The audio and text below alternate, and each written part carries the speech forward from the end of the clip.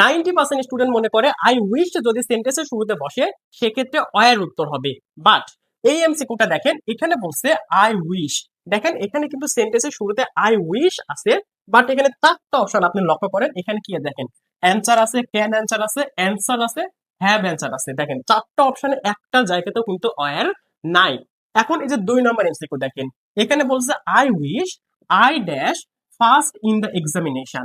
এখন দেখেন এই সেন্টেন্সে কি আছে, দেখেন তো আই উইশ আছে সেন্টেন্সের শুরুতে, বাট 4টা অপশন লক্ষ্য করেন, একটা জায়গাতেও কিন্তু অয়ার নাই। সো কোশ্চেনটা হলো এইরকম এমসিকিউ যদি পরীক্ষাতে আসে সেক্ষেত্রে আপনি কি করবেন। এই জন্য আমি একটা কথা বারবার বলি, আপনি যখন একটা রুল পড়বেন তখন সেটা একদম ভালো মতো পড়তে হবে। বাট আপনি যদি ভালো করে না পড়ে যদি ওপর ওপর দিয়ে পড়ে যান আর এইরকম এমসিকিউ যদি পরীক্ষাতে আসে সেক্ষেত্রে আপনি কিন্তু আর পারবেন না। সো কি করতে হবে বলেন তো, আমাদের এই ভিডিওটি A to Z সম্পূর্ণ দেখতে হবে। এখানে আমরা এইগুলা একদম বিস্তারিত আলোচনা করব। আর এই যে দেখতে পাচ্ছেন 1 নম্বর এবং 2 নম্বর, এখানে কেন অয়ার নাই এবং এখানে কি উত্তর হবে, এই সবগুলো আজকে আমরা ব্যাখ্যা করব। সো প্রথমত আমাদের বুঝতে হবে এই যে আই উইশ এবং আই ফ্যান্সি এগুলো কখন হয়, তাই না? সো দেখেন যখন কল্পনা করা বোঝায় অথবা আনরিয়াল পাস্ট হয়, সোজা কথা যখন সেন্টেন্সের শুরুতে যখন আই উইশ অথবা আই ফ্যান্সি থাকবে তখন কিন্তু কল্পনা করাই বোঝায় যে আমি যদি রাজা হতাম, আমি যদি এটা হতাম, যদি এইটা হতো, এরকম ভাবে কল্পনা করা বোঝায় অথবা আনরিয়াল পাস্ট বোঝায়। এরকম যদি বোঝায় সেক্ষেত্রে আমাদের সর্বদা ভার্বের V2 ফর্ম ইউজ করতে হয়, সোজা কথা। আর কিচ্ছু জানতে হবে না, জাস্ট এই একটা কথা মাথায় রাখবেন, যদি সেন্টেন্সের শুরুতে আই উইশ অথবা আই ফ্যান্সি থাকে এইগুলোকে বলা হয় আনরিয়াল পাস্ট। এইগুলো যদি থাকে কোনো কথা ছাড়াই আপনি ভার্বের V2 ফর্ম বসায় দিবেন।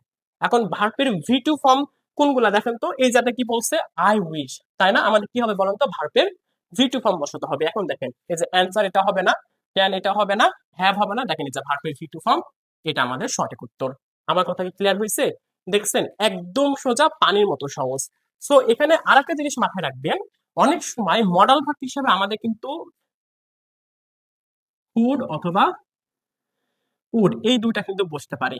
কারণ দেখেন এই দুইটাও কিন্তু আমাদের পাস্টেই আসে, সোজা কথা। আমার কথা কি বুঝতে পারছেন? আমি কি বললাম যে আই উইশ অথবা আই ফ্যান্সি যদি সেন্টেন্সের শুরুতে থাকে সেক্ষেত্রে আমাদের V2 ভার্ব ইউজ করতে হয়, মানে আমাদের পাস্টে করতে হয়, সোজা কথা।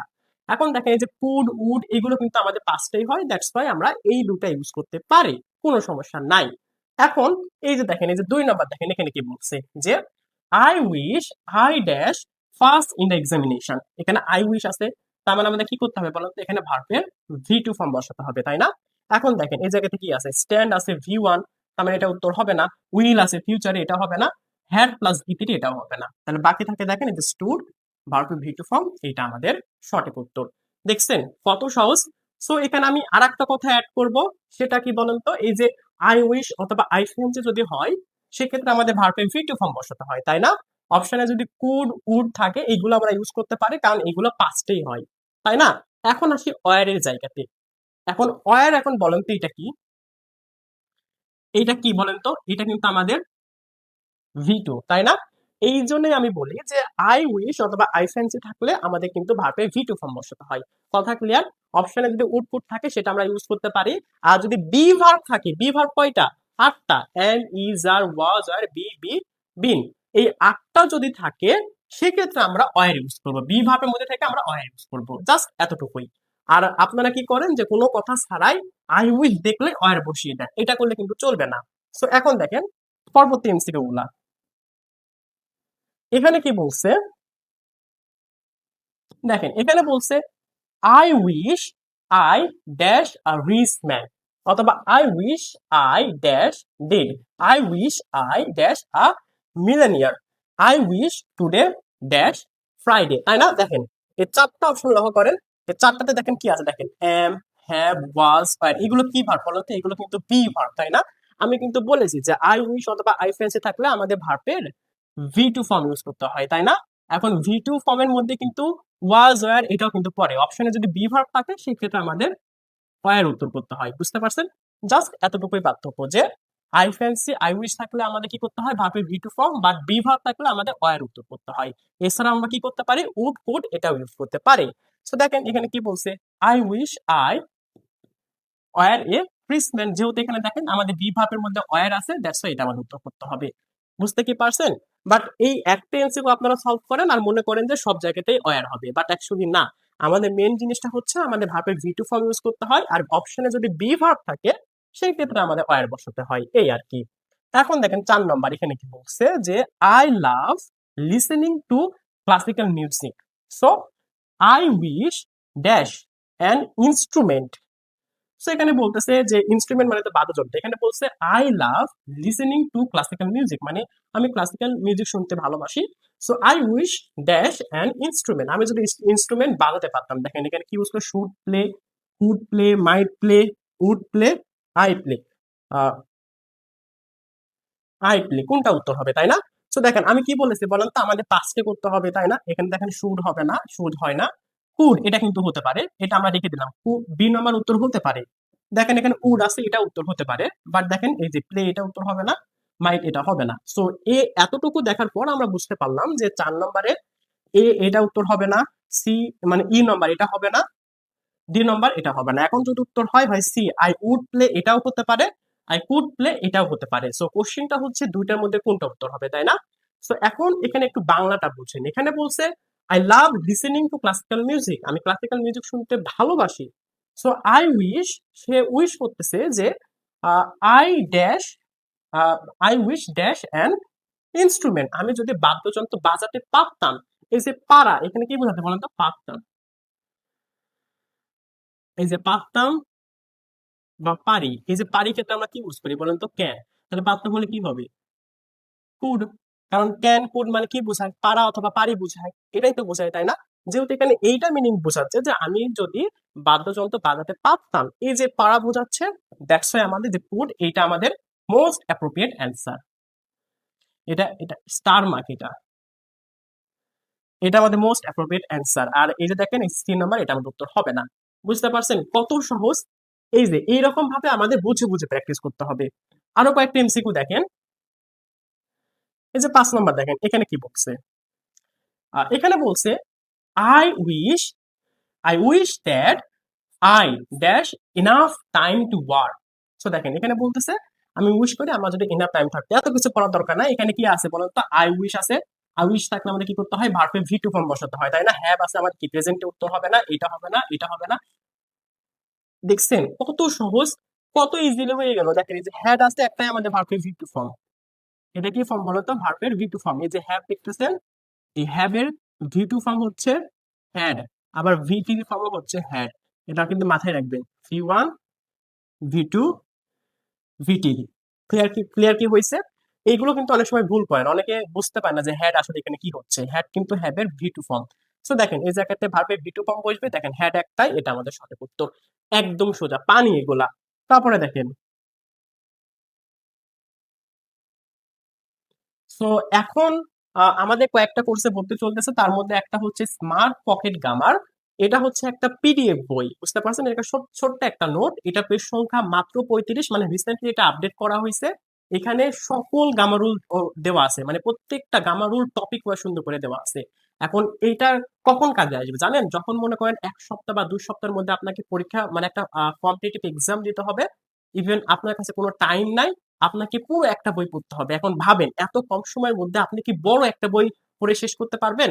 কখনোই পারবেন না। আপনার কি লাগবে, ছোট্ট একটা নোট লাগবে। সেই নোটটাই হচ্ছে আমাদের স্মার্ট পকেট গ্রামার। এবং এটার একটা স্মার্ট ফিচার হচ্ছে আমাদের প্রত্যেকটা রুলের নিচে আমি ক্লাস ভিডিও লিঙ্ক করে দিয়েছি। আপনি যদি কোনো রুল বুঝতে না পারেন সেক্ষেত্রে আমাদের ওই লিঙ্কে ক্লিক করে ভিডিও দেখতে পারবেন। মানে আপনি এখানে আমাদের নোটও পাচ্ছেন, সাথে আপনি ক্লাসের মানে ক্লাস ভিডিও সাপোর্টও পাচ্ছেন। দেখেন কতগুলো জিনিস পাচ্ছেন। এটা কিন্তু নিতে পারেন, এটা কিন্তু পিডিএফ আকারে পাবেন। 2 নম্বর আমাদের এক্সাম ব্যাচে ভর্তি চলতেছে, এক্সাম ব্যাচে ভর্তি হলে এই যে স্মার্ট পকেট গ্রামার এটা কিন্তু সম্পূর্ণ ফ্রিতে দেওয়া হবে। এছাড়াও আমাদের এক্সাম ব্যাচে যদি ভর্তি হন আরো অনেক কিছু ফ্রিতে পাচ্ছেন, যেমন idiom phrase, current spelling, vocabulary, group verb, এইগুলো নোটগুলো কিন্তু ফ্রিতে দেওয়া হচ্ছে। তো এক্সাম ব্যাচে ভর্তি হতে পারেন। 3 নম্বর হচ্ছে লাইফ টাইম ইংলিশ কোর্স, আমাদের লাইফ টাইম ব্যাচ আছে দুইটা, একটা হচ্ছে আমাদের জবের জন্য আর একটা হচ্ছে আমাদের অ্যাডমিশনের জন্য। এই দুটা মাথায় রাখবেন, একটা জবের জন্য আর একটা হচ্ছে অ্যাডমিশনের জন্য। এখন দুটাতেই ভর্তি হতে পারেন, মানে যারা জবের জন্য প্রিপারেশন নিচ্ছেন জবে ভর্তি হতে পারেন, যারা অ্যাডমিশনের জন্য প্রিপারেশন নেবেন তারা অ্যাডমিশনে ভর্তি হতে পারেন। কোনো সমস্যা নাই, দুটাই লাইফ টাইমের জন্য, মানে একবার ভর্তি হবেন সারা জীবনের জন্য একদম ফ্রিতে হয়ে যাবে। আর এখানে ভর্তি হলে সবকিছু পাবেন, মানে স্মার্ট পকেট গ্রামার পাবেন, এক্সাম বেসে এক্সেস পেয়ে যাবেন, সবকিছু পাবেন। সো আপনারা কিন্তু ভর্তি হতে পারেন। আর ভর্তি হতে চাইলে এই যে আমাদের হোয়াটসঅ্যাপ নাম্বার, এই নাম্বারে আমাদের সাথে যোগাযোগ করবেন। সো এখন দেখেন এই যে 6 নম্বর, এখানে বলছে আই উইশ, আর কিছু করতে হবে আমাকে বলেন তো। সেন্টেন্সের শুরুতে এখানে কি আছে? আই উইশ, তার মানে আমাদের কি করতে হবে? ভার্বের ভি টু ফর্ম বসাতে হবে।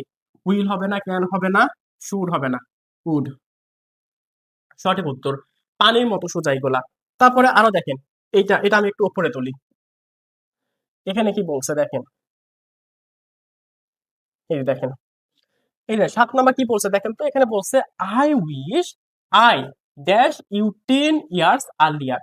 সো এখন আমি আপনাকে একটু ব্যতিক্রম একটা এমসিকিউ দেখাচ্ছি। এটা কিন্তু ব্যতিক্রম একটা এমসিকিউ, এবং এটা কিন্তু মাথায় রাখবেন, একদম মনোযোগ সহকারে দেখেন। দেখেন এখানে বলছে I wish I dash you 10 years earlier. এখানে বলতেছে আমার, আমি তো মানে 10 বছর আগে যদি তোমার সাথে আমার দেখা হতো। দেখেন এখানে কিন্তু আক্ষেপ বোঝাচ্ছে, একটা আফসোস বোঝাচ্ছে, তাই না? এরকম আক্ষেপ অথবা যদি আফসোস বোঝায়, সেক্ষেত্রে আমাদের হ্যাড প্লাস ভিটির বসাতে হয়। আমি কিন্তু বলেছিলাম যে আই উইশ যদি থাকে, সেক্ষেত্রে আমাদের ভার্বের ভি টু ফর্ম বসাতে হয়, পাস্টে করতে হয়। এটা কিন্তু আমি বলেছিলাম।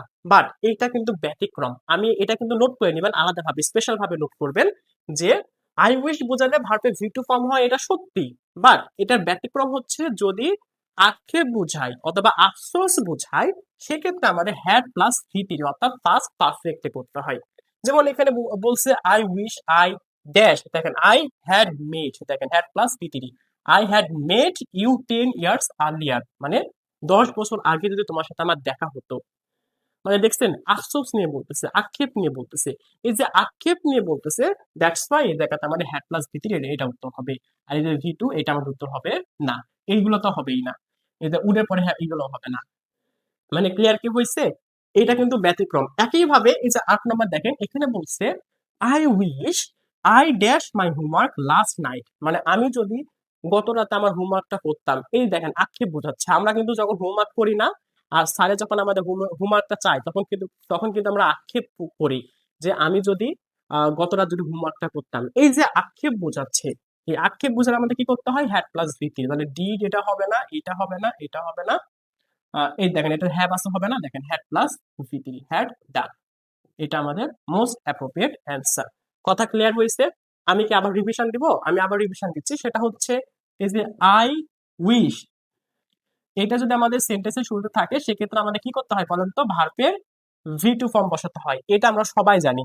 ভি টু ফর্মের জায়গাতে অনেক সময় আমরা কুড অথবা উড, এই দুটো আমরা বসাতে পারি, কোনো সমস্যা নাই। আর যদি অপশনে বি ভার্ব থাকে, অপশনে যদি বি ভার্ব থাকে, সেক্ষেত্রে আমাদের কি বসাতে হয়? অয়ার নিতে হয়। বি ভার্বের মধ্যে থেকে অয়ার নিতে হয়।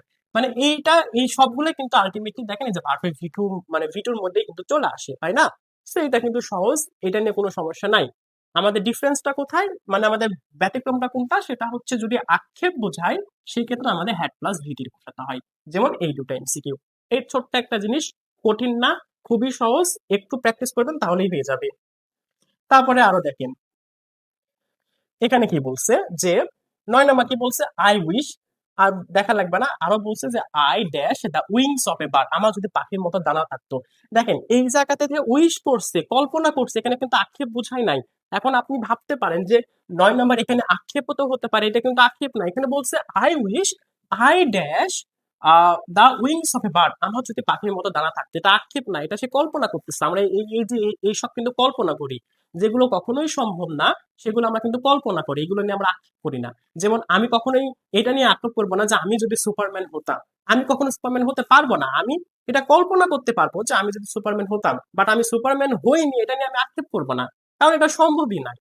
বুঝতে পারছেন?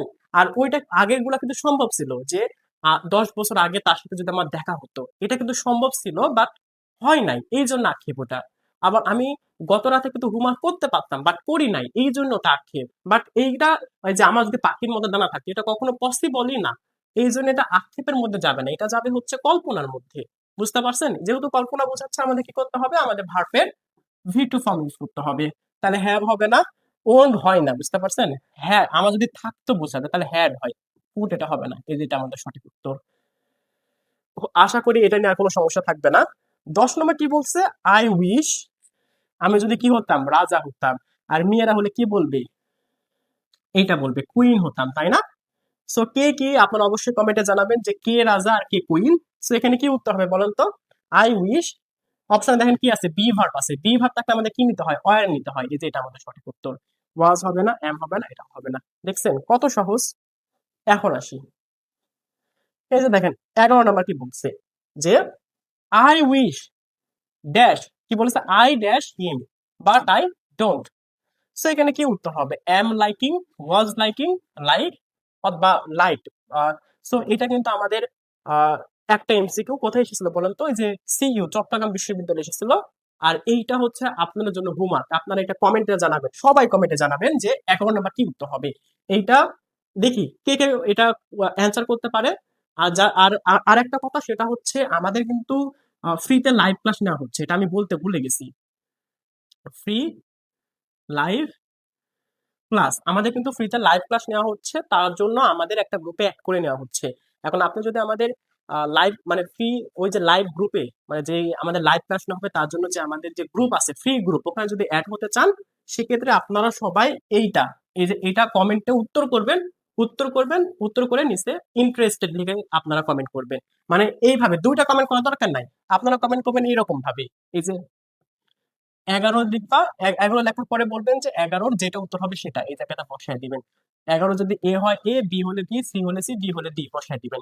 এবং নিচে স্পেস দিয়ে নিচে এখানে লিখে দিবেন ইন্টারেস্টেড। একদম এইভাবে কমেন্ট করবেন, তাহলেই আমি আপনাদের গ্রুপে অ্যাড করে নিব। আর আমাদের যে কোর্সগুলো আছে চাইলে এগুলোতে ভর্তি হতে পারেন।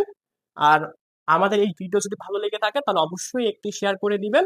আর আমাদের জন্য দোয়া রাখবেন যাতে আমি আপনাদের এইরকম আরো সুন্দর সুন্দর ক্লাস উপহার দিতে পারি। আল্লাহ হাফেজ।